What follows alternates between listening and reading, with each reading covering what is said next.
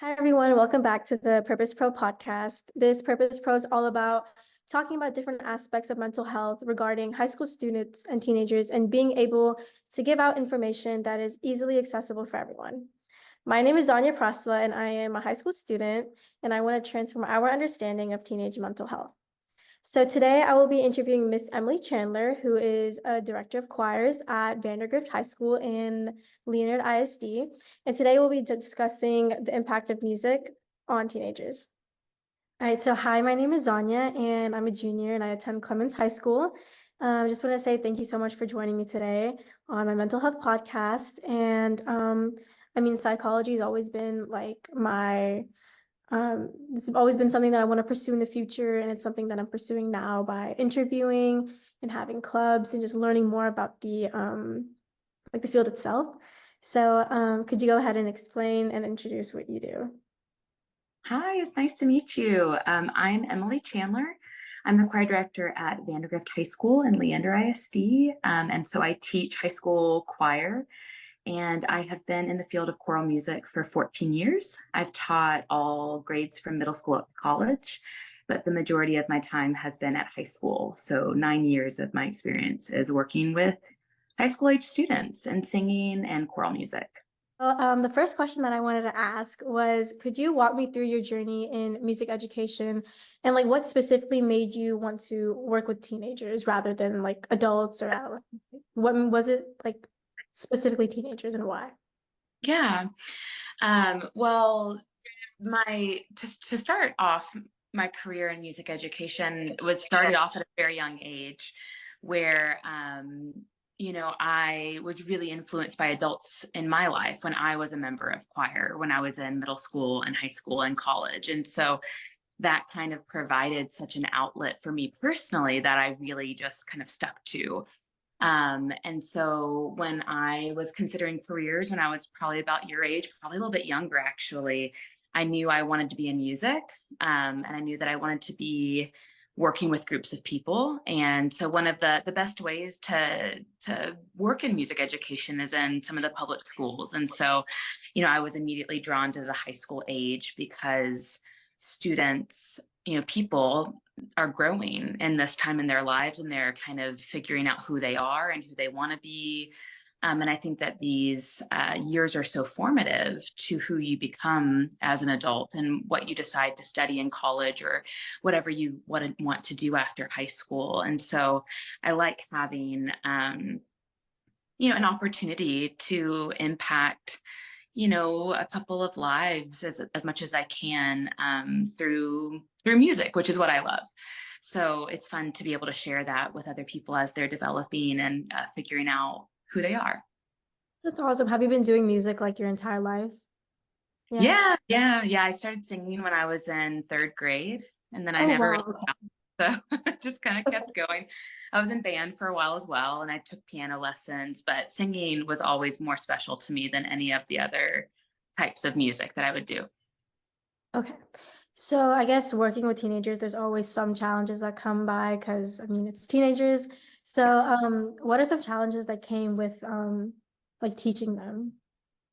Oh man, so teenagers are hilarious. They're great, right? Because you've got so many hormones going through your body, you've got all these social pressures Mhm. that, especially, us, as I'm relatively young, but still the older I get, the more the challenges are different than what I was remembering from when I was your age. So, teaching high schoolers can be a challenge because every day is different. There's always something going on, and you never quite know if it's a good something or a bad something. And so you have to be very attuned to kind of the vibe, like the vibe check of the group. And if they're really overwhelmed, with something basic, like they've got a big test, everyone has a big like AP human geo test or something, that the ground is like shaking with, that maybe they just need a little bit of time to decompress in your class. And sometimes there's other things going on that they just need to escape from. And so you just do your normal thing. So yeah, teenagers are fun, but it is inconsistent sometimes because of how, Yeah. just what's going on in their lives. Yeah, no, I get that. But can you share an example where there has been a reward that's came out of a challenge that you had to face with the teenager? A reward that's come out of a challenge. Do you mean like when a student has had a challenge? What do you Yeah, mean? I mean, like when a student has a challenge and you help them overcome that challenge, like what type of reward would you usually get back? Like an example of a story that's when that's happened, like when you and a teenager faced a problem together. Mm. When me and a student faced a problem together. Well, I think a lot of times that when you're the student's elective teacher, like say it's music or it's sports or it's whatever, you bond with them over a longer period of time than an academic teacher, because I have students, that I've had for 4 years, and so you get to know them on a personal level. And so a lot of times there'll be personal things that you learn about students that may be, kind of a crisis in their life. Maybe it's personal, maybe it's related to who they are and how they're kind of coming into themselves, or maybe it's about family or friends. And so they really kind of come to you and, they're, I don't know, they feel more calm and comfortable, and they trust you to be able to like tell you certain things about their lives. And so you can kind of help counsel them, and help them to kind of create tools in their mind about how they might be able to handle a certain situation. Sometimes the situation has to do with what they're actually doing in my class, which is singing and performing. And sometimes students have, a lot of anxiety about putting themselves out there. And so, the best that you can do is just to kind of scaffold that for them, to start small, with small little challenges, to get them used to the feeling of being vulnerable in front of people, which is very difficult to do in general for anything. And Mhm. so, the more kind of exposure you get to that type of thing that you're fearing, the easier that's going to be over the long term to, feel like you're getting positive feedback from something that used to feel scary. Yeah, okay. No, I get that. Okay. And so I feel like another challenge would be with teenagers is like keeping them interested in what they're doing. Is there any way that you go about this when sometimes the teenagers get bored or just just don't want to do it? Totally. Yeah. So sometimes it's, kids will lose interest, or there'll just be something else going on that they're like not as focused.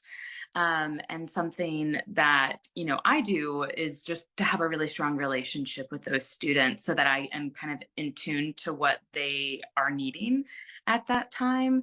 Um, the best thing that I have found, as a teacher in general, is to have that personal relationship with students, so that when they're feeling unmotivated or they're feeling like they don't want to do something, that they have a relationship with me where they can continue to kind of work towards that goal at the best that they can, because they care about me like I care about them. And Mhm. so that's something, in education that a lot of teachers do, to keep people engaged, just to keep encouraging them and just saying, it's okay that your 100% doesn't look the same every day. Like my 100% doesn't look the same. Some days I'm really energized and I feel great. Other days I feel really tired and my 100% looks like 50% from the day before. And so I tell my students that, as long as you're giving 100% of what you have that day, I will be happy with whatever that is. But I just have to trust that that's what it is. So we have that kind of relationship that like you're just going to do your best. And if I see that from day to day, your best isn't the same, like we're not robots, we're humans, right? So Yeah. it's going to look different. And I just trust and respect that that's what they're doing for me, just like I'm doing that for them.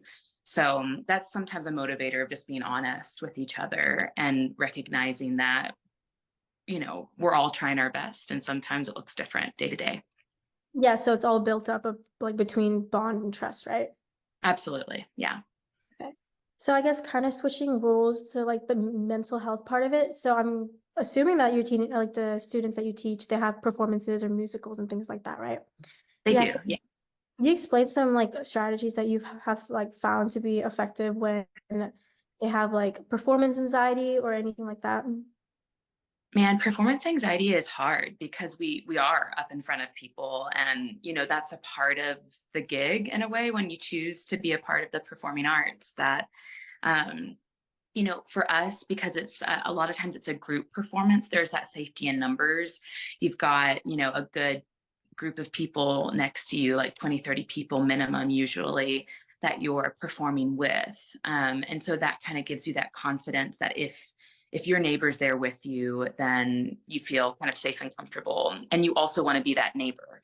So that's the part about it with group performing, that if you get up in front of the crowd and you get really scared, then immediately your neighbor feels also very scared. Mhm. So you have to kind of feel that, like, hey, I'm not going to let my team member down. I'm going to just like do my best to take a deep breath and do what I've practiced every day.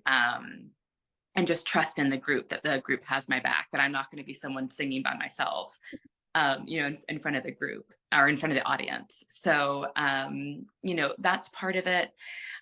When students audition for solos, they kind of are mentally prepared for that. They understand that that's what kind of they're choosing at that moment. But even so, we really rely on routine and technique, and music is very much kind of hand in hand with kind of the things that you might do in a sports group. Like, you have certain drills and certain plays and certain routines that you follow every practice, so that it becomes muscle memory. So when you do get out in front of people, you don't have that nervous feeling of, I don't know what this is going to be like. Mhm. When you get out in front of people, it feels exactly like it did in rehearsal, except you just happen to have people watching you. So it's kind of like relying on that routine as well, as having that trust with the people next to you, Mhm. that when singing, they're going to be singing with you and you won't be by yourself. Yeah, I guess like having that routine like builds up, it like slowly, like gradually builds up confidence. And then knowing that like when you're in a place and you have other people with you, like it's like affirmation that it's gonna be okay. Yeah. Absolutely. Yeah. The rehearsal is so important, and the routine of the rehearsal is so important. And I think that's something that people can bring into their daily lives. If you've got a big, presentation for school, or if you become, in the workplace and you have a presentation, that practice and that muscle memory, the more you do that in private or in front of a mirror, the more you do that for people in your household, the easier that's going to get, rather than just kind of winging it and saying, well, I hope it's going to go okay. And you show up in front of people and see how it goes. Yeah, okay. Yeah, okay. And do you believe that performing and like solo or doing it with the group boosts self-confidence? Like, have you seen that growth from the beginning of how they start into the end? Like, could you share like just like a story or something that goes with that? Yeah. I mean, absolutely. Performing in any type of group, especially, performing arts, really builds that self-confidence, that feeling of singing is so special. I think it's even more special than some of the other music groups that you can do, because it comes from you. Your voice is literally a part of your body, and it's a part of your soul and your mind and everything about you. And so when you've been given an opportunity to kind of develop that instrument that you have, and you realize how important you are in a group, it gives such a feeling of self confidence and satisfaction that you're able to contribute to something that's really beautiful, right? Music is art, and it's something that brings people a lot of joy and peace and excitement and whatever it is. Um, and so when you start off, if you've never sung before, you might join a group and just kind of say, like, oh gosh, like, what have I gotten myself into? What are these random noises that the teacher's making? She's trying to make me do this. But the more you push yourself out of your comfort zone, the more confident you're going to get. And so I've seen a lot of students come in, maybe new to the school, or maybe they just don't know very many people in the class, and they're just really kind of scared to allow their voice to be heard, because it is so vulnerable. It's not like in band when you've Yeah. got the clarinet and you play a wrong note and it squeaks and you're like, oh gosh, it was the reed on my instrument's broken. Oh darn. You can blame it on the instrument. But when you make a mistake, when you're a singer, you're like, oh, sorry, that was me. It's something that you kind of have to be vulnerable about, and it helps you to grow that confidence in yourself, um, in general. So I've seen a lot of students come in, just more shy, meek types, and them kind of grow slowly, to trust the group and to, trust their own voice. And then as they become older, they are the leaders of people who are coming in that are young and kind of learning how to grow in that confidence level. Mhm. So, like from listening to that, I got a lot of the self-confidence and everything. So, in what ways do you think that being a part of a choir or like doing these performances prepares a teenager for like their future academic goals or career paths?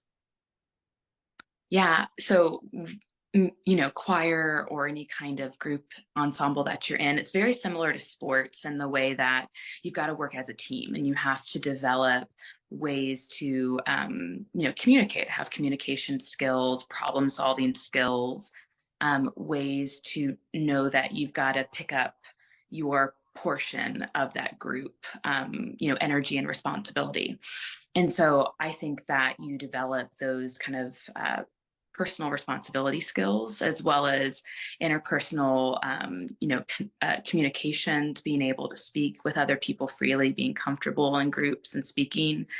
Um, and also working together towards a goal. That's something that a lot of times in your academic courses you don't get because you're trying to develop yourself individually and all the things that you know and can do on your own.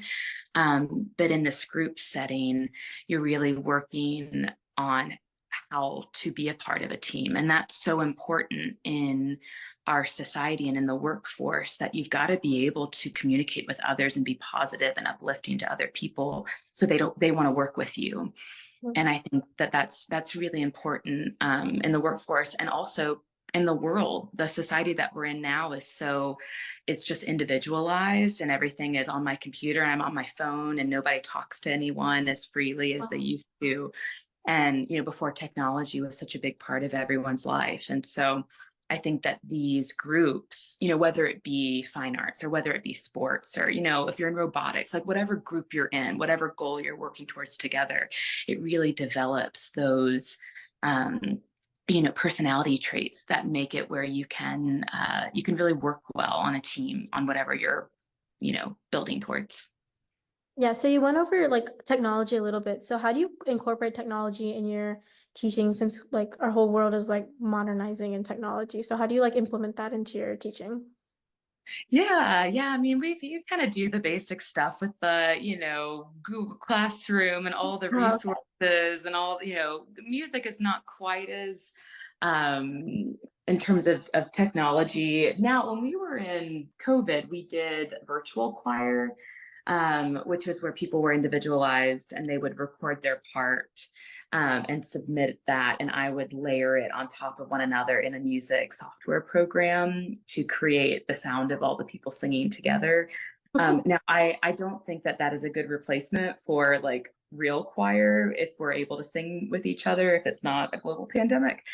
So I would not recommend going in that way. But it is kind of cool to be able to like link people together from a far way away, learn a piece of music, and essentially you are singing together when you listen to that finished product. But you don't get that feeling of the rehearsal, the actual singing next to people. But technology wise, there's some music recording, things like that. But for a lot of our stuff we're going to be more of like an in-person type situation. So you were talking about like when we were all online for since there was like the pandemic, right? And you said that each person had to record like their part without like knowing anyone else's. How did that work? That seems so difficult. Oh, it was so difficult, but it was awesome. It was cool to do for a short period of time. So what we would do is we would meet on Zoom, and me as the teacher, I would give them the music, and so the kids were able to follow along with the music at home. And then I would sing and teach the part. So I would be singing out loud, and the students, I could see them on the screen. I could see them singing with me, but I couldn't hear them because the sound was so delayed that Mhm. if everyone sings at once, it wouldn't really work on the Zoom call. Yeah. So I taught them in sessions, and then I had them record themselves on like a voice memo and then submit that on Google Classroom. And then I would go and listen to each student and give them feedback on, if they were doing everything great or if they needed to improve certain things in that recording. And so we would do a couple drafts back and forth, and I would be able to give them instruction on what to do. And then eventually we would have the performance upload and they would perform in a super quiet space. And then we would load all of their MP3s kind of on top of one another so that all of the sounds were happening at the same time. So they had like they would have like a piano track with them, like playing their part, and they would keep it in their ear on one device, and then they would record themselves on another device. So you wouldn't have any background noise or anything playing. It would just be in their headphone, but then they would sing in a silent space. So we would only get their voice on the recording. So okay, that sounds really different than doing in-person rehearsal. It sounds like a really big change, oh, but totally. Yeah. but glad it worked out. Yeah, that's great. So what advice would you give to a teenager who aspires to pursue music, whether it be like academically or professionally? Do it. That's my advice, is absolutely, in whatever way you want to be involved in music or the performing arts, I say put yourself out of your comfort zone and go for it. I've never had anyone who has tried music and regretted it. There are people that try music and say, oh, maybe this isn't going to be my career. Maybe this is going to be a hobby. And that's great because, music is a place for, has a place for everyone. Music has a place for everyone. So it's definitely something that I would say you should absolutely pursue. If you are wanting to be like a recording artist, that is it's very, very rigorous, very selective. But there are a lot of jobs in the recording industry that aren't just being Beyonce in the front. There are people that write the songs. There are people that record the songs. There are people that produce the songs. There are people that are the backup singers. There are people that are the vocal coaches for these people. So the industry is full of jobs in music. In that kind of realm and in the classical realm, there's lots of opportunities to be involved, whether it's your hobby or whether it's something that you choose to make a career out of. But it is definitely worthwhile, and I think really develops your heart as you do it. So since there's like so many like different like aspects of like the whole music industry, and then if a student is like for sure wanting to go into that path, like how would you be able to help them like to determine exactly where they would want to go since there's so many different things they could do? Gosh, that's a great question. I would say that the best thing is to get exposure into what kind of other job opportunities there are besides just being that front person. Kind of like if you think of a football team, like at the Super Bowl, think about all the things that are involved, in that quarterback's journey. Like there's a whole slew of things happening behind the scenes. So, I would say if you want to be in music and you want to be in recording, find a really good company that does music recording and say, hey, can I come in, observe and see what you're doing? See if you can get an internship to see, experts in their job, and to get exposure into the other sides of the recording industry.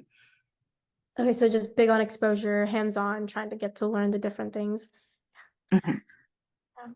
And finally, looking ahead, how do you envision the future of choir education for teenagers in like the evolving landscape of music and education? Man, it's a big question. But it's a pretty lengthy question. It's a lengthy question. That's good. I like that. I think as our society goes into being like more individualized, I think that the group settings are going to become even more important. But I do think that music education and choral music in general is following a trend of heightening voices that have not been heard before. So in the last 5-10 years, there's been a great increase of composers that are being published that are not the traditional, white male voice that has been, kind of the history of classical music has been dominated by this because of how the history was at that time. And now it's, you're seeing choral music published in languages that I've never heard of before. And you get to learn about different cultures and different people and different traditions. And you get to kind of like open up a window into another culture for a group of people. So I think that's how choral music is going to stay alive, is by highlighting the voices of people that we've never heard before as a culture. and giving a platform to these composers. Lots of composers of color, or like female composers, or just, composers from, the native tribes of New Zealand, and you learn so much about the history. Um, that's where choral music is going now, absolutely, is opening up windows into these different things for everyone to learn.